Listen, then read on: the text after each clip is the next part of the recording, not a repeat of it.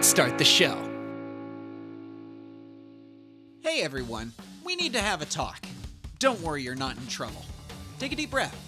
In with the good, out with the bad. You good? Awesome. Look, right now, things are kinda getting unbearable for everyone.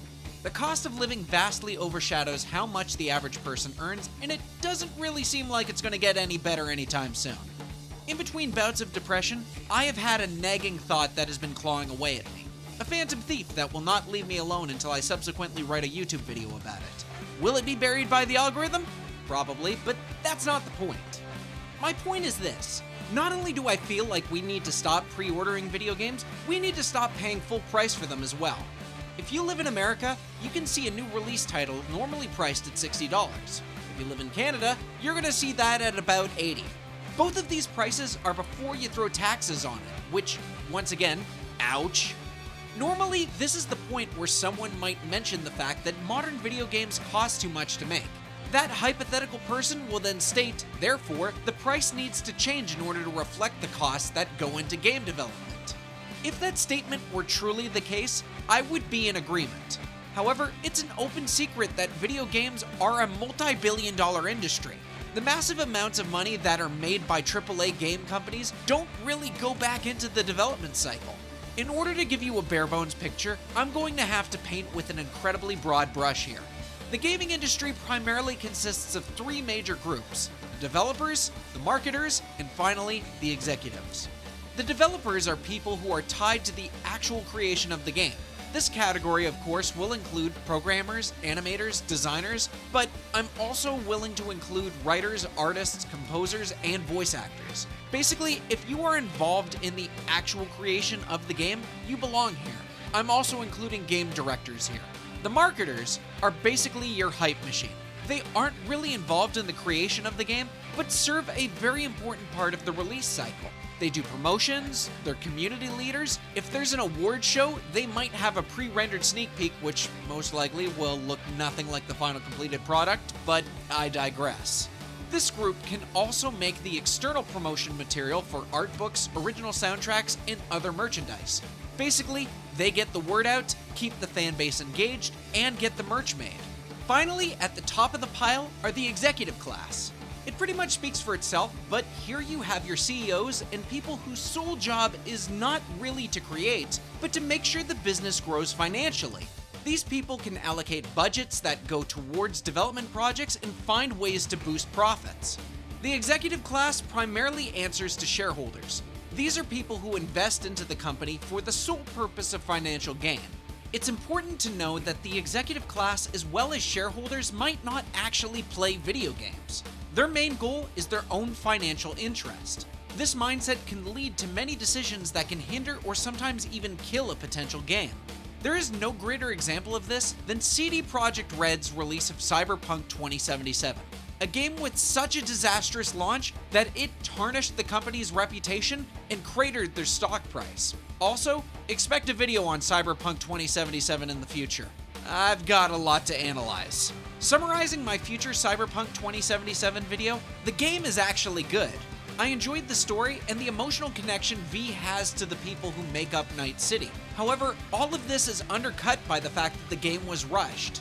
Graphical glitches, hard locks, and even having missions fail due to the game removing key mission assets, Cyberpunk 2077 needed to be heavily patched. Now, I know the game has since been patched, but I haven't played it after my initial playthrough. Despite the fact I can pick up the superior patched version on Steam versus the rented PS4 copy I got from my local library, I refuse to spend a single solitary cent from CD Projekt Red's apology tour. This "we'll fix it later" approach is one of the many reasons why you should never at least pre-order a game. Now, I can already hear the audience members saying, won't this impact the developers? To some degree, you're right. Developers at this stage will usually get paid for their work while making the game.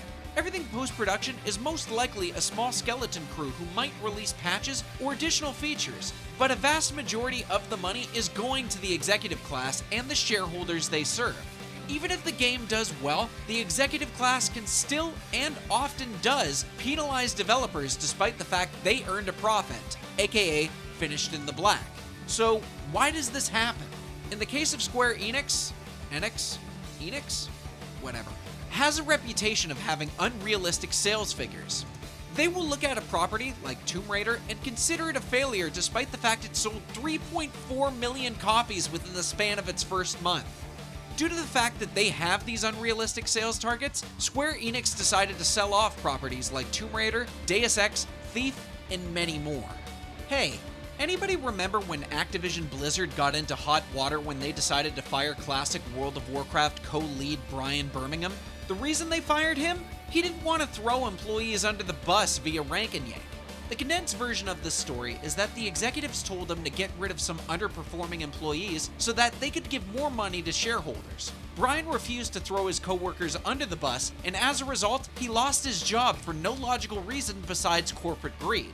Compare this to the insane salaries of CEOs, which have only grown astronomically over the past few years. Easy target, I know. Bobby Kotick, the CEO of Activision Blizzard, earns on average $155 million a year, on top of stock options and bonuses. According to Ali Shutler of NME, Kotick earns roughly $77,000 an hour.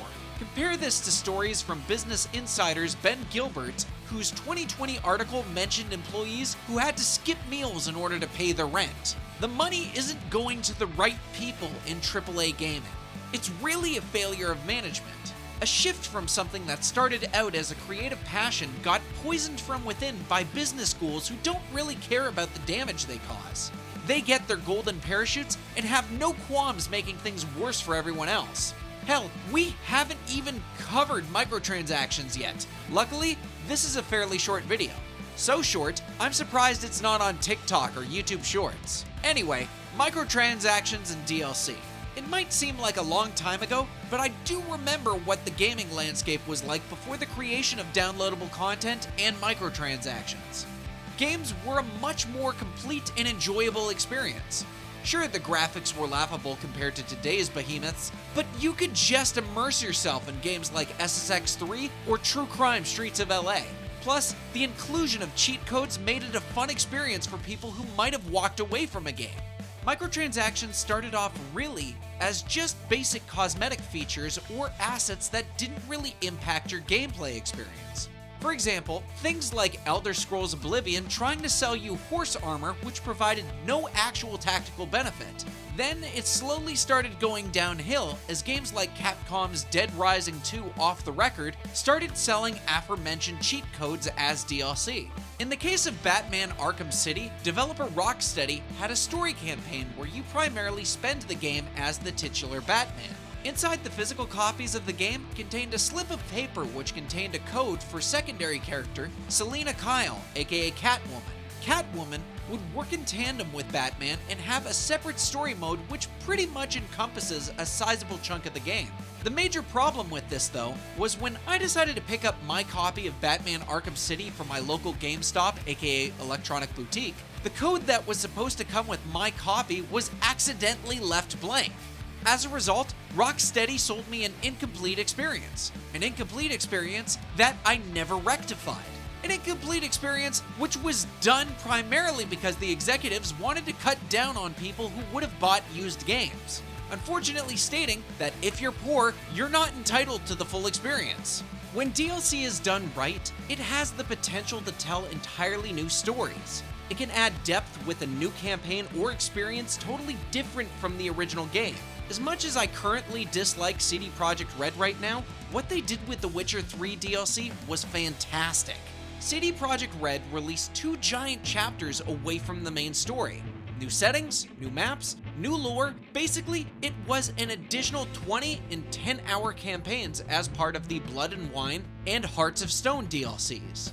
So companies are capable of doing good stuff. They just don't always do it, unfortunately.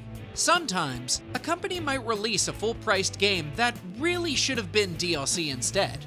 This was the case with the Resident Evil 3 remake, which is much shorter and reuses a lot of similar assets from the Resident Evil 2 remake.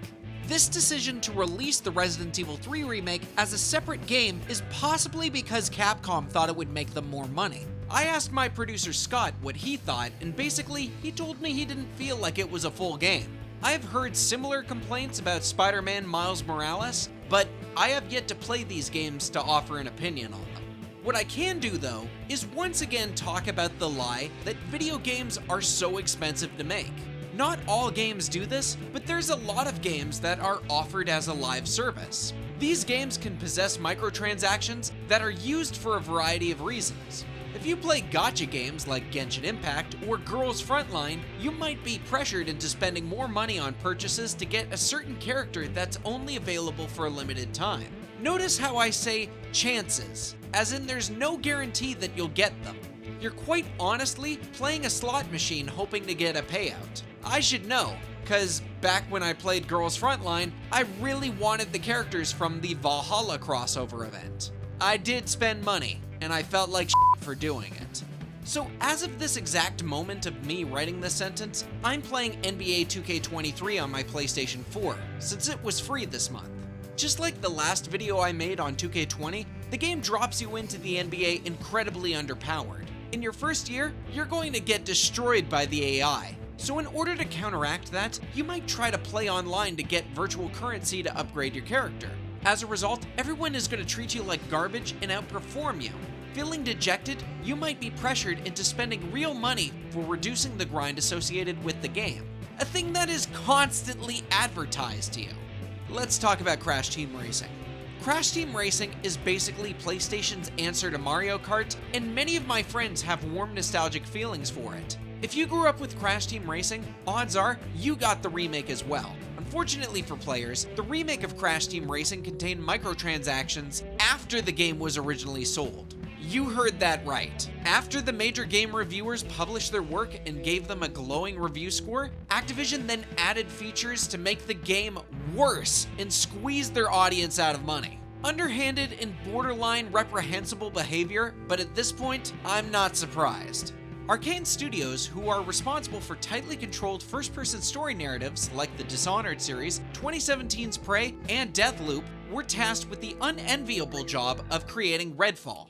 For those unaware, Redfall is an online co-op shooter that originally was supposed to be a microtransaction-geared live service. It is because the core aspect of making Redfall a way of taking money from players was so inherently toxic that the game was practically dead on arrival. As a result, it has been documented that Arkane developers were hoping Microsoft would either cancel the project or allow them to reboot the game entirely.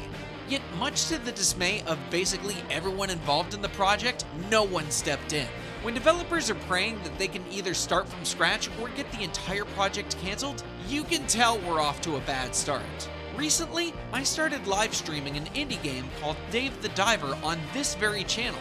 Despite the fact that it was a much smaller budget game with an even smaller development team, it single-handedly became one of the better gaming experiences of this year. It was well written, genuinely fun, constantly implementing new gaming features, although stealth was incredibly clunky and the game has moments where the difficulty would astronomically spike, and cost 26 Canadian dollars plus tax. You know what also is on my Steam list? Hi-Fi Rush. It was $39 Canadian, and that was done by Tango Gameworks, the guys who made the Evil Within franchise. It can be done, but the AAA gaming industry is making these giant time sinks with diminishing returns. Listen up, bitches, bros, and non-binary hoes. I know I'm not going to change people's minds on the games that we want to spend our money on. That's not my job. However, what I can do is convince you that the games that we're paying for are too expensive. If games are being sold to us broken, if they are missing parts that are being resold to us in the forms of DLC, have artificial grinds implemented so that we spend more money, or are abusing employees with toxic work environments and unequal pay, maybe, just maybe, you should probably wait until it's on sale. Or better yet, get it from the library like I do. I haven't had to pay Electronic Arts, Activision Blizzard, or Ubisoft in almost half a decade. Something to consider. But either way, I'm Sonic MTD, and I'm perpetually broke. This video was proudly supported by Unsung Heroes of Patreon.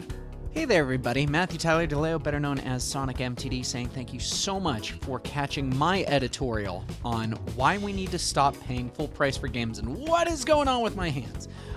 Please be sure to like and subscribe and leave me a comment in the comments down below so that I may grow.